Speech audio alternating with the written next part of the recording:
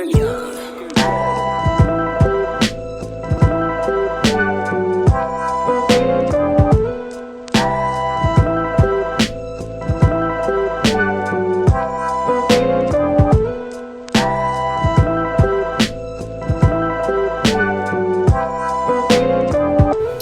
guys, welcome to the Fantasy Buckets podcast. I'll be your host once again, Jacob.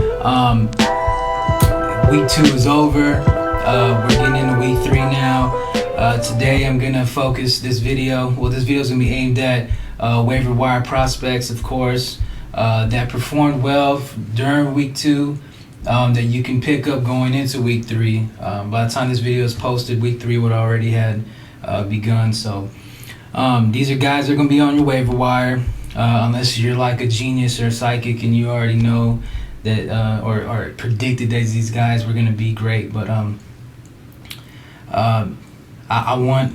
kind of focusing on the waiver wires with my videos just because that I think that's the knowledge is essential when it comes to trying to win your fantasy basketball league. Everybody knows who the stars are. Everybody knows who the big names are. So these are the guys that really work in your waiver wire and your acquisitions is how you really win your fantasy basketball league, at least in my opinion.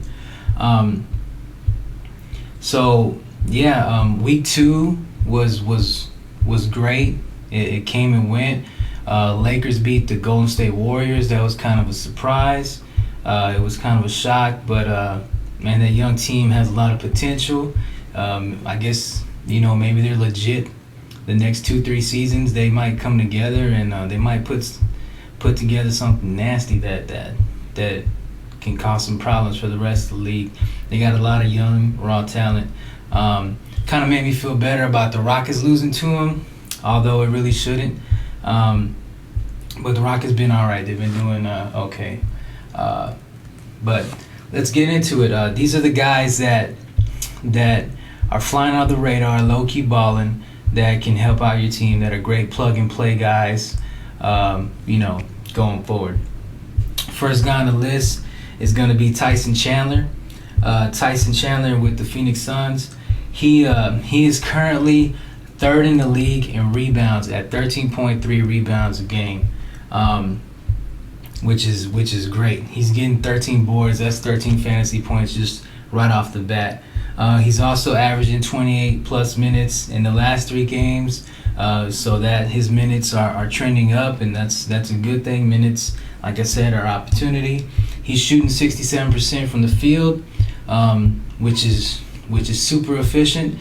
So that means he's just getting a lot of those dump offs and those little dunks, and he's probably cleaning up the glass on the offensive boards, and he's doing his job as a big man. The downside to his guy, Tyson Chandler has been around the league for a long time, and he's not the athletic youngster that he used to be. He's not mashing on people like he used to, and he's also not getting a lot of blocks per game. So he's only averaging 0.7 blocks per game thus far.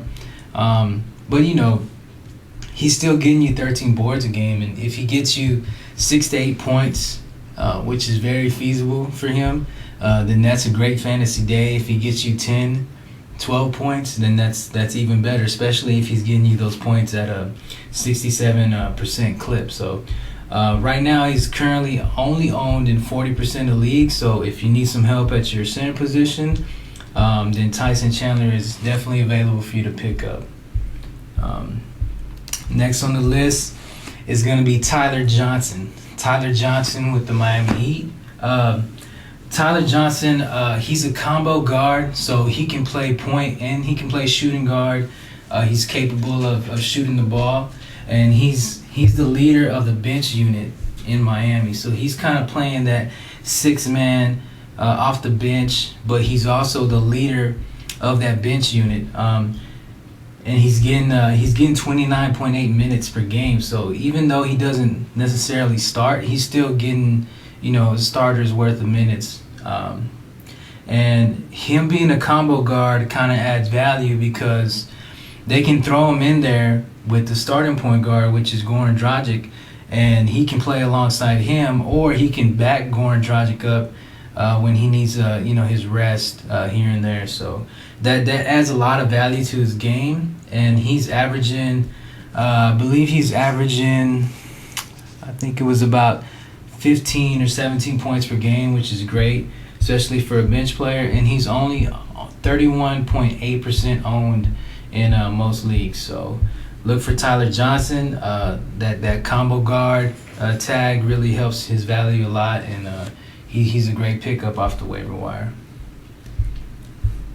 Next guy on the list is going to be Michael Kidd-Gilchrist, small forward for the Charlotte Hornets.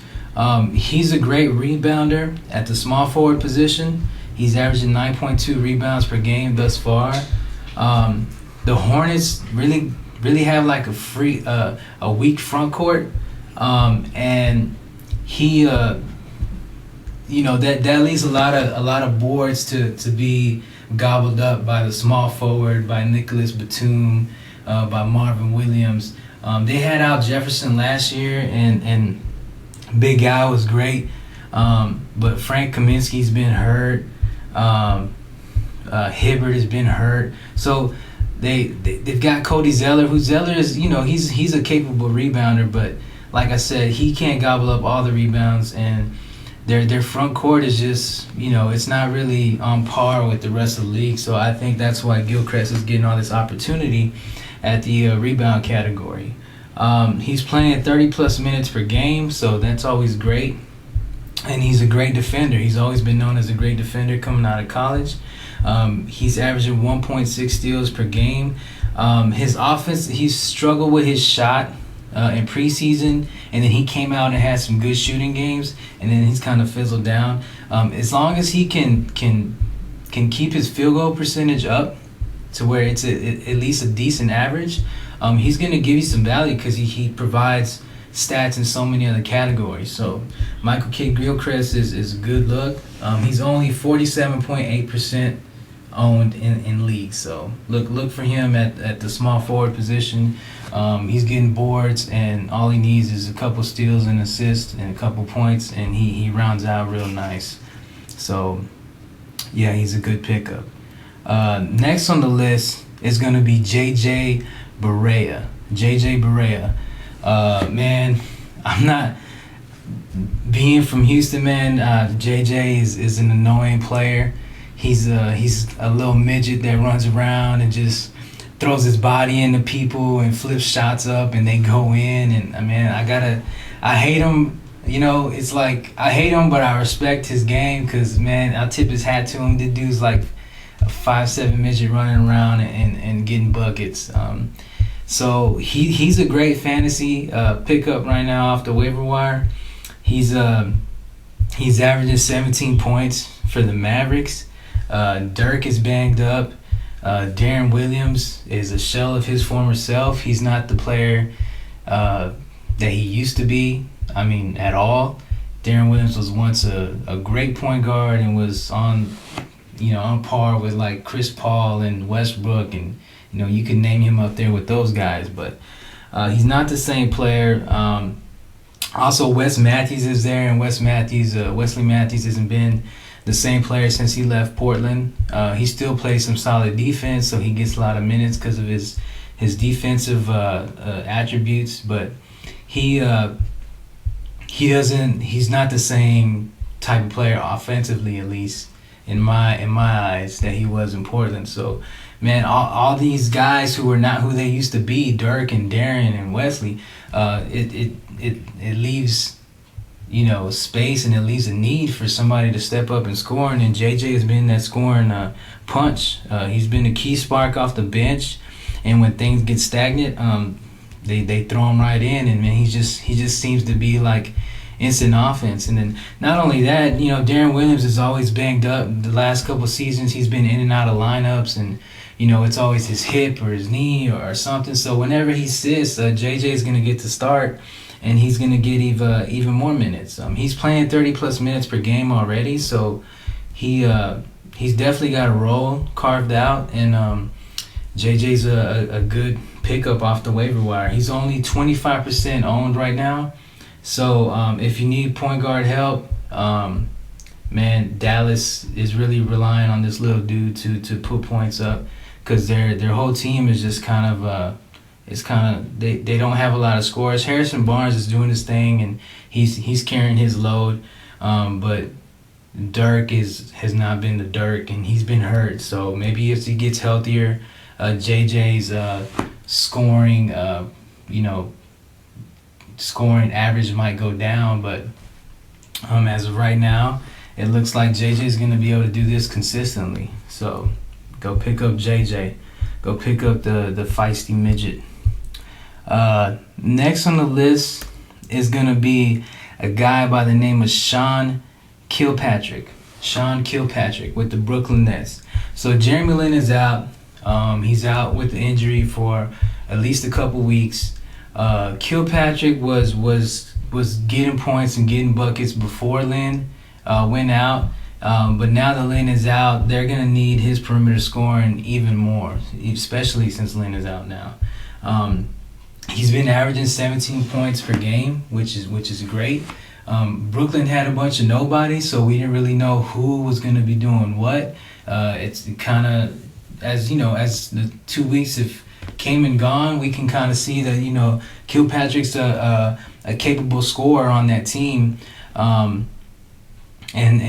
Jeremy Lin can't do everything himself. Jeremy Lin was putting up great fantasy numbers, but of course he got hurt. So that just makes Kilpatrick's value go up as far as fantasy production and what he can do and offer to the team.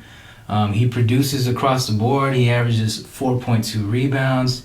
He's averaging 2 assists, and he's averaging 1.2 steals per game. So he's got his hands in other categories as well. So he's a great pickup. He doesn't even necessarily need to score 17 points per game to have a decent fantasy output. But the fact that he's averaging 17 points and then he's got his handful of stats in the other categories makes it all the much better. So he's only 26.2% owned in most leagues. So if you need help at the shooting guard, and a lot of people probably do because the shooting guard is such a scarce position, go pick up Sean Kilpatrick. Next on the list is going to be Markieff Morris. Markieff Morris, power forward for the Washington Wizards. Markieff he's like Kilpatrick. He's got his hands in a bunch of other categories. He's averaging 6 rebounds. He's averaging 1.8 assists. He's averaging 1.6 steals, and he's averaging 1 block. So he's giving you great stats in the other categories, which is great for fantasy purposes. Besides the Wizards' backcourt, besides Beal and Wall, they don't really have a lot of offensive-minded players. And Markieff Morris is definitely capable of putting up numbers in the points column. He's a key third scoring option behind Beal and Wall. They're going to rely on him because he can step outside and shoot, and he's a capable three-point shooter. He's a capable shooter in general. He's a capable scorer. He's done it before. Right now, he's been struggling with his shot. So as his shot improves, and it will, because he's only shooting like 33% right now, but as his shot improves, his fantasy ceiling will get even higher because, like I mentioned before, he's already filling in all the other stats, and he's averaging 15.4 fantasy points per game right now, which is still good, and it's still good enough to have him rostered permanently on your team. But once his scoring and field goal percentage improves, then he's not gonna last. People are gonna be scooping him up, even quicker. So he's only 56% owned, and I know that's a little bit above the 50% tier that I try to stay below, but I mean that's a little bit over half. So he's only 56% owned, and he's available to a lot of you guys. So definitely go and give him a shot. He's not gonna last long. Next on the list is going to be Terrence Jones. Terrence Jones fell off the radar. He was with the Rockets, and he was great whenever he got the minutes. I know I had him on a couple teams. He's currently only 9.4% owned, and he hasn't really done much to kind of have a case to say that he is worthy of a waiver wire option. But he got the start recently at the power forward position, and they moved Anthony Davis to the center spot. So I think him and Anthony Davis could complement each other well. Terrence Jones is capable of stepping out and hitting the three-pointer. He's a streaky three-point shooter, so he'll get hot and then he'll go cold. But he is capable of knocking the shot down, and you will have to guard him. So that would provide some spacing for Anthony Davis and Asik. Omer Asik is really not he's not a spacing guy. He can't step out and shoot. He's just a big man that kind of rebounds and clogs up the paint. So if the coach sticks with that and he continues to start Terrence Jones, then Terrence Jones could definitely be a great waiver wire prospect to scoop up. And he's definitely capable of averaging 17 plus fantasy points per game. He's done it before in the past in other seasons with the Rockets. So I think he'd be worth a pickup. He's kind of worth of a flyer pickup right now, just to see if the coach continues to start him and continues to play him big minutes. He's a good rebounder. He's got a decent post game with the left hook. He always goes left, but it works. And he'd be a good pickup. So the guys that I'm going to mention now, these guys are just kind of like honorable mentions. I mentioned them in the last video. I mentioned Trevor Booker. He's still only 36.4% owned. I mentioned Taj Gibson. He's only 43% owned. Sergio Rodriguez is still only 25.9% owned. So scoop those guys up. I'm still gonna advertise them because they're still well under some of them, under the 50% ownership tier. And other honorable mentions is Gary Harris. He just got back into action. They're playing him on restricted minutes. He's the shooting guard for the Denver Nuggets. He'll more than likely be the starting shooting guard once he gets healthy. He was a starting shooting guard last year. Will Barton's hurt. Wilson Chandler's also hurt. So Gary Harris is a good young player, but it's kind of like they're taking their time with him, and they're kind of taking care of their young prospects. So they're going to ease him back into action.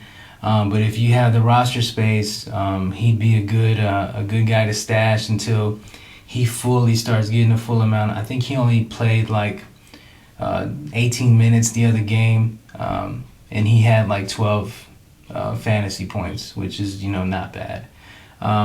Jrue Holiday is also honorable mention. There's been reports that came out that he's supposed to be joining the team again in mid-November. I don't think he'll just necessarily come in and bump Frazier out of the lineup and make him irrelevant, but after he gets in basketball shape, this guy was a former All-Star point guard, and he's definitely capable of putting up big numbers for a season. So if he's on your waiver wire, he's worth a stash because he could be your starting point guard for the rest of the year. It's going to take him a while, like I said, to get going. But, for now, Frazier is fine. And the reports came out, said mid-November. But that's all speculation, really. But, it is a report. And if it were true, now would be the time to pick up Jrue Holiday before, somebody else in your league does. Because Jrue Holiday can definitely be hurting you if you're if you're on the opposing side of his fantasy wrath, because he's definitely capable. That kind of wraps it up. Those were my guys that I had. Like I said, there were still some guys that were under 50% owned that I mentioned in the last video, so definitely check those guys out too. And I appreciate you guys watching. Again, I'll be putting this on SoundCloud. Check out my Twitter. I kind of shoot out tweets and let people know who's hurt that day when the report comes out and who you should pick up as a backup. You can translate that into daily fantasy basketball as well if you're doing that. It'll be one of the cheaper players to pick up in a lineup. And I appreciate you guys watching, man. This has been the Fantasy Buckets podcast. Stay tuned to the next